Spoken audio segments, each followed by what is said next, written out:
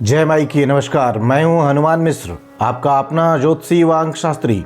उपस्थित हूं एस्ट्रोसेज टीवी पर सूर्य ग्रह के गोचर फल के साथ, जिसमें हम जानेंगे कि 13 फरवरी 2024 से लेकर 14 मार्च 2024 तक कुंभ राशि में गोचर करने वाले सूर्य ग्रह आपको कैसे परिणाम दे सकते हैं।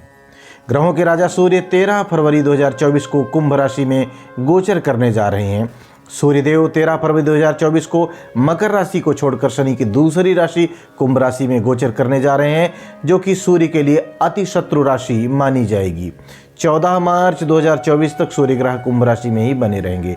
सूर्य के इस गोचर का आपकी राशि में क्या प्रभाव पड़ेगा, यह जानने से पहले आइए जानते हैं कि सूर्य के इस गोचर का भारतवर्ष पर क्या प्रभाव पड़ने वाला है। सूर्य आजाद भारत की कुंडली में चौथे भाव के स्वामी होते हैं और वर्तमान में सूर्य गोचर में दशम भाव में पहुंचे हैं।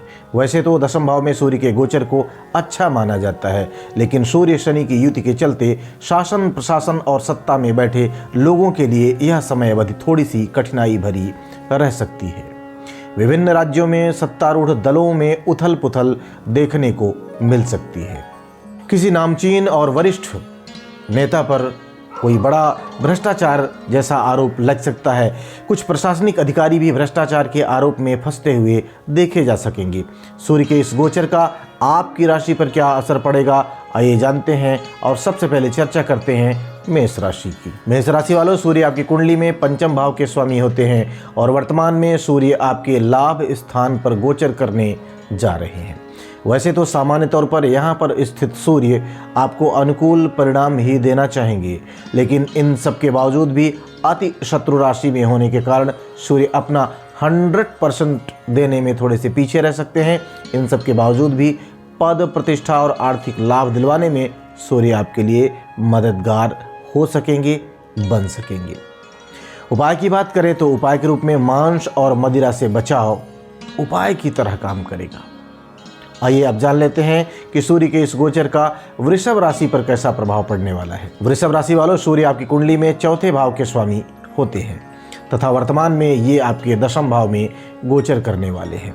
वैसे तो दशम भाव में सूर्य के गोचर को पद प्रतिष्ठा दिलाने वाला कहा गया है, साथ ही साथ कामों में सफलता और पिता आदि से संबंधित मामलों में अनुकूलता देने वाला कहा गया है। लेकिन वर्तमान में शनि की संगति होने के कारण ये अनुकूल परिणाम तभी मिल सकेंगे जब आप इन मामलों में बहुत ही सावधानी पूर्वक निर्वाह करेंगे, अर्थात बड़ों और अनुभवी लोगों के मार्गदर्शन से सावधानी पूर्वक काम करते हुए आप सामाजिक तथा कार्य क्षेत्र से जुड़े मामलों में अच्छे परिणाम भी प्राप्त कर सकेंगे। उपाय की बात करें तो उपाय के रूप में उगते हुए सूर्य को कुमकुम मिला हुआ जल चढ़ाना शुभ रहेगा। आइए अब जान लेते हैं कि सूर्य के इस गोचर का मिथुन लग्न या मिथुन राशि पर कैसा प्रभाव पड़ने वाला है। मिथुन राशि वालों, सूर्य आपकी कुंडली में तीसरे भाव के स्वामी होते हैं तथा ये गोचरवश आपके भाग्य भाव में जा रहे हैं। सूर्य के गोचर को यहाँ पर अनुकूल तो नहीं माना गया है। ऊपर से सूर्य शत्रु राशि में होने के कारण आपको अनुकूल परिणाम देने में पीछे रह सकते हैं। अतः भाग्य के भरोसे बैठने की बजाय इस समय पूरी कर्मठता के साथ कार्य करना जरूरी रहेगा। साथ ही साथ भाई बंधुओं के साथ अच्छे संबंध मेंटेन रखने की कोशिश भी जरूरी रहेगी। उपाय की बात करें तो उपाय के रूप में पिता तथा पिता तुल्य व्यक्तियों की सेवा करना, उनका सत्कार करके उनका आशीर्वाद लेना शुभ रहेगा। आइए अब जान लेते हैं कि सूर्य के इस गोचर का कर्क लग्न या कर्क राशि पर कैसा प्रभाव पड़ने वाला है। कर्क राशि वालों, सूर्य आपकी कुंडली में धन भाव के स्वामी होकर आपके 8वें भाव में गोचर करने वाले हैं।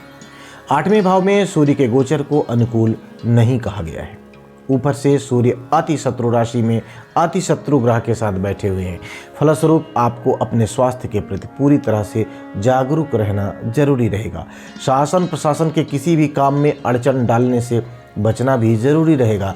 ऐसा कोई भी कार्य नहीं करना है जो आपकी प्रतिष्ठा को कमजोर करे।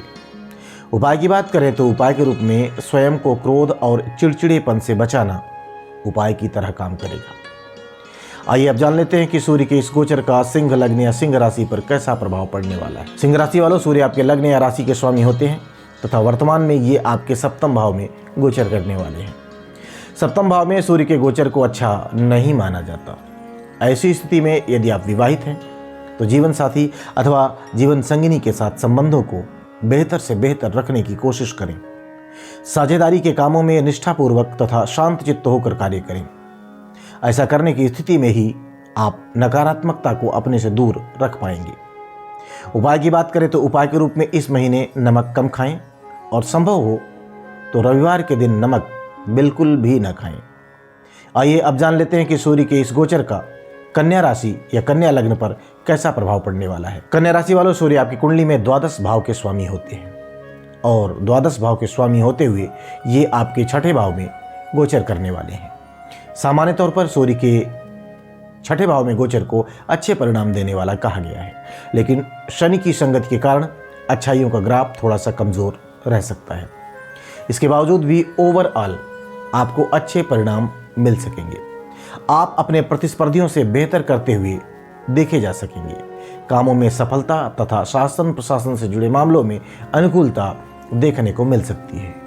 उपाय की बात करें तो उपाय के रूप में बंदरों को गुड़ और चना खिलाना शुभ रहेगा। आइए अब जान लेते हैं कि सूर्य के इस गोचर का तुला लग्न या तुला राशि पर कैसा प्रभाव पड़ने वाला है। तुला राशि वालों, सूर्य आपके लाभेश होकर पंचम भाव में गोचर करने वाले हैं। वैसे तो पंचम भाव को सूर्य का स्थायी भाव माना जाता है, लेकिन इसके बावजूद भी पंचम भाव में सूर्य के गोचर को मन मस्तिष्क को भ्रमित करने वाला कहा जाता है।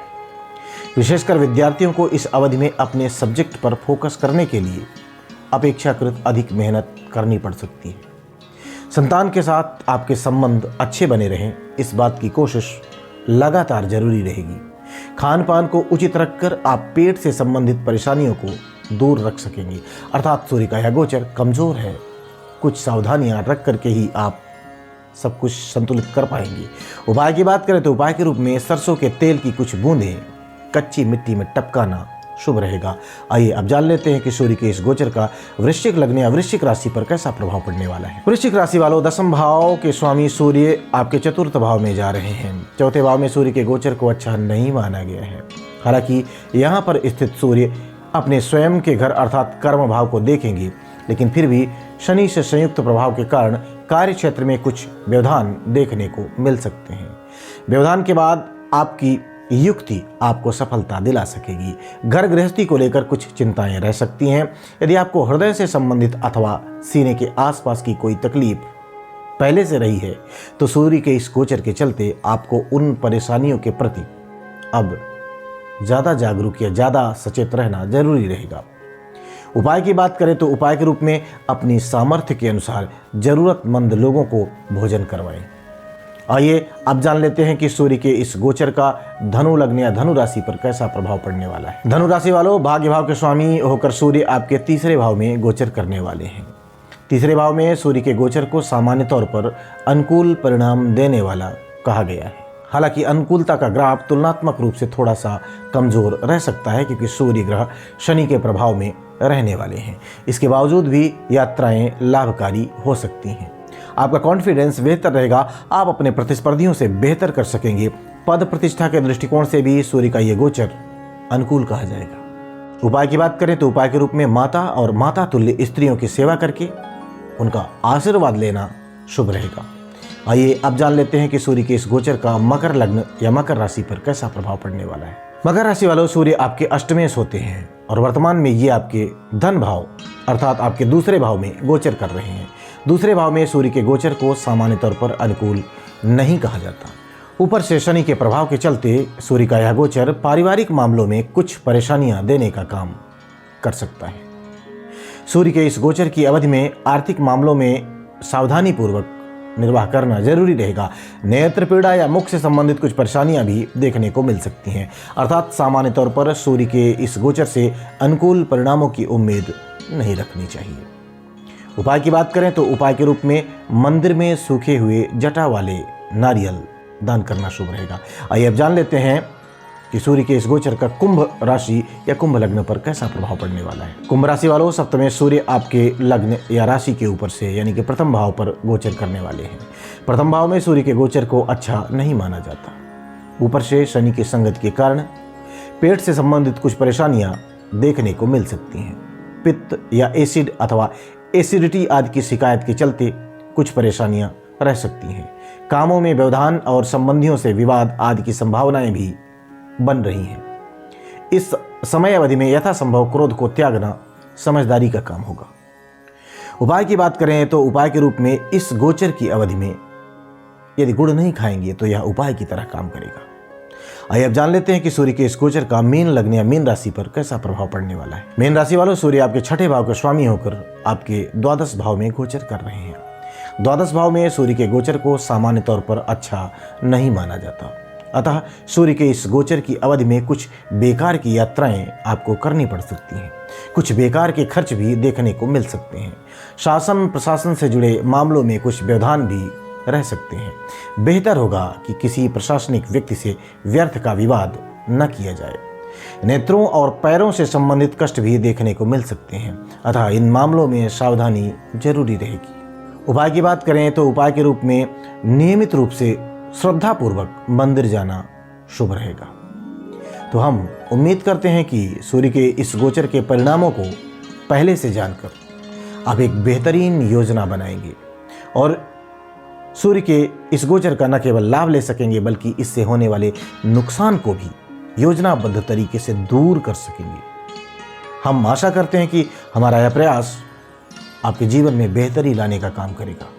भगवती आप सब पर कृपा बनाए रखें। जय माई की।